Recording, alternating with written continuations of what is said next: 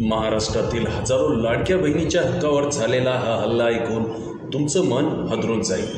ज्या योजनेसाठी सरकारने कोट्यवधी रुपये खर्च केले ती योजना आता घोटाळ्याच्या गर्तेत अडकली आहे। आणि धक्कादायक म्हणजे या योजनेत बहिणींच्या नावावर भावांनी चक्क 21 कोटीहून जास्त रुपये लाटले। आज आपण या काळ्या खेळाचा पर्दाफाश करणार आहोत आणि तुम्हाला समजणार आहे की तुमच्या कराच्या पैशाचं खरं काय होत आहे। महाराष्ट्रातील लाडकी बहीण योजना ही महिलांना आर्थिकदृष्ट्या सक्षम करण्यासाठी सुरू करण्यात आली होती, पण आता ही योजना मोठ्या घोटाळ्याचे केंद्र बनले आहे। या योजनेत नियमांचा भंग करून हजारो पुरुष आणि अपात्र लोकांनी कोट्यवधी रुपये बेकायदेशीररित्या घेतले आहेत। नुकत्याच झालेल्या तपासणी प्रक्रियेत या योजनेचे खरे स्वरूप समोर आले आहे।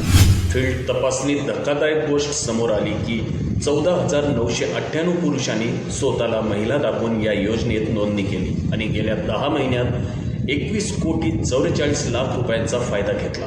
हा घोटाळा तेव्हा उघड झाला जेव्हा योजनेच्या लाभार्थ्याचा डेटा सरकारने तपासणीसाठी पाठवला। आता प्रश्न उपस्थित होत आहे की या पुरुषांना योजनेत कोणी समाविष्ट केले, कागदपत्राची तपासणी कोणत्या स्तरावर झाली आणि प्रशासनाने एवढी मोठी चूक कशी दुर्लक्षित केली। तपासणीत हेही आढळले की या योजनेत 2,36,014 अशा नावांची नोंद आहे ज्यांच्या लिंगाबाबत शंका आहे। म्हणजेच हे पुरुष असू शकतात किंवा एखाद्या महिलेच्या नावाचा गैरवापर करून फायदा घेतला असू शकतो। या योजनेत 65 वर्षांपेक्षा जास्त वयाच्या महिलांचा समावेश नव्हता, कारण त्यांना इतर सरकारी योजनांमधून मदत मिळते। तरीसुद्धा 2,87,803 ज्येष्ठ महिलांनी या योजनेचा लाभ घेतला आणि त्यांच्या खात्यामध्ये 431.70 कोटी रुपये जमा झाले। हे थेटपणे योजनेच्या देखरेखीतील आणि डेटा तपासणीतील त्रुटी दाखवते।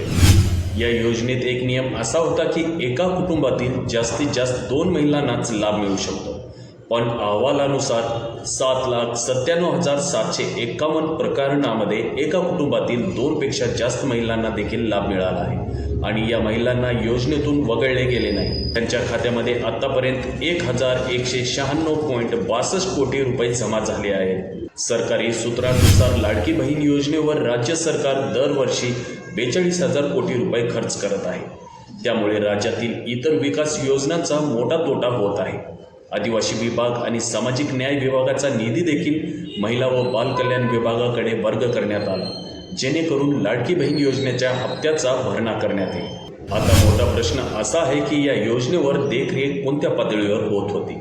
हा संघटित घोटाळा आहे का यंत्रणेची बेपर्वाई? दोषीवर कारवाई होणार का की हे एक फाईलच बनून राहणार?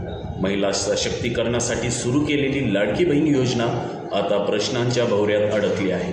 ज्या बहिणींच्या हक्कासाठी ही योजना सुरू झाली त्यांच्याच हक्कावर आता कुटुंबातील व समाजातील लोक डाका टाकत आहेत। तर वेळेवर या अनियमिततेवर कारवाई झाली नाही तर सरकारची ही महत्त्वाकांक्षी योजना राजकीय शस्त्र बनून राहील आणि गरजू बहिणींचा विश्वास कायमचा तुटेल। लाडकी बहीण योजना हा महिलांसाठीचा हक्काचा हप्ता होता, पण लोभ आणि फसवणुकीने तो भ्रष्टाचाराचा एक नवीन अध्याय बनला।